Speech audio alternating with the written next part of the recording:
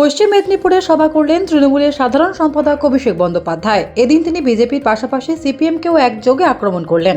এদিন তিনি মঞ্চে উঠেই বলেন, কত প্রাণ হলো বলিদান, লেখা আছে অস্ত্র জলে। যারা এই মেদিনীপুরের মাটিতে শহীদ হয়েছেন, ব্রিটিশদের তাড়িয়েছেন, বিপ্লবীদের রক্তে ভেজা এই মাটি আমি স্মরণ করছি।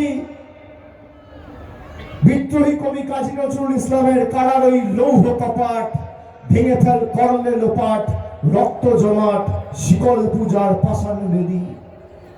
আর যেভাবে জল্লাদ আর হারমাদরা আবার সিপিএম এর সন্ত্রাসের দিন ফিরিয়ে আনতে চাইছে, 16, 11 আর 21-এ রবীন্দ্রসঙ্গীত বেজেছিল, এবারও রবীন্দ্রসঙ্গীত বাজবে, কিন্তু তার সাথে কর্মীদের দাবিকে মান্যতা দিয়ে যেখানে যেখানে একটু ডিজে বাজানোর দরকার হবে, আমি বলি আগে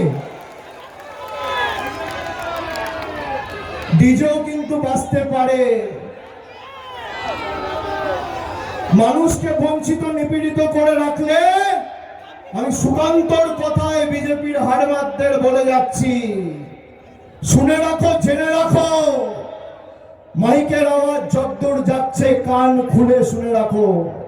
আদিম হিংস্র মানবিকতার আমি যদি কেউ হই, স্বজন হারানো শ্মশানে তোদের চিতা আমি তুলবই।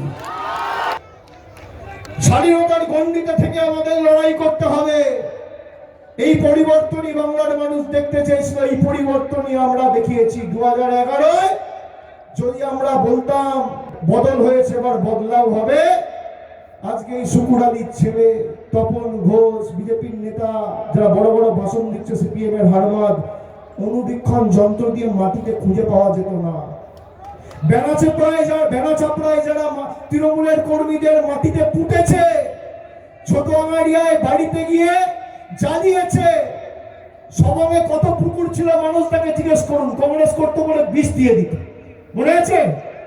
বাড়িতে সাদা থান পাঠিয়ে দিত, তৃণমূল কর্মী জ্বালিয়ে দিত। আমরা সেই সংস্কৃতি বন্ধ করেছি, এটাই পরিবর্তন। নরেন্দ্র মোদী থেকে শুরু করে অমিত শাহ বাংলায় কবার এসেছিল? 11 সালের আগে কবার এসেছিলেন? মানুষকে মাথা নিচু করে বেঁচে থাকতে হতো। এখানে ঝাড়গ্রামের বীরবাহা রয়েছে, দুলালরা রয়েছে। মমতা বন্দ্যোপাধ্যায় সরকারের সব থেকে বড় সফলতা হচ্ছে এই এলাকায়, যেখানে রাস্তায় প্রতিদিন কোনো না কোনো জায়গায় একটা করে মৃতদেহ পড়ে থাকত, সেই জঙ্গলমহলকে, মেদিনীপুরের মাটিকে শান্ত করেছে। Bureau report, Durnibar Bangla news.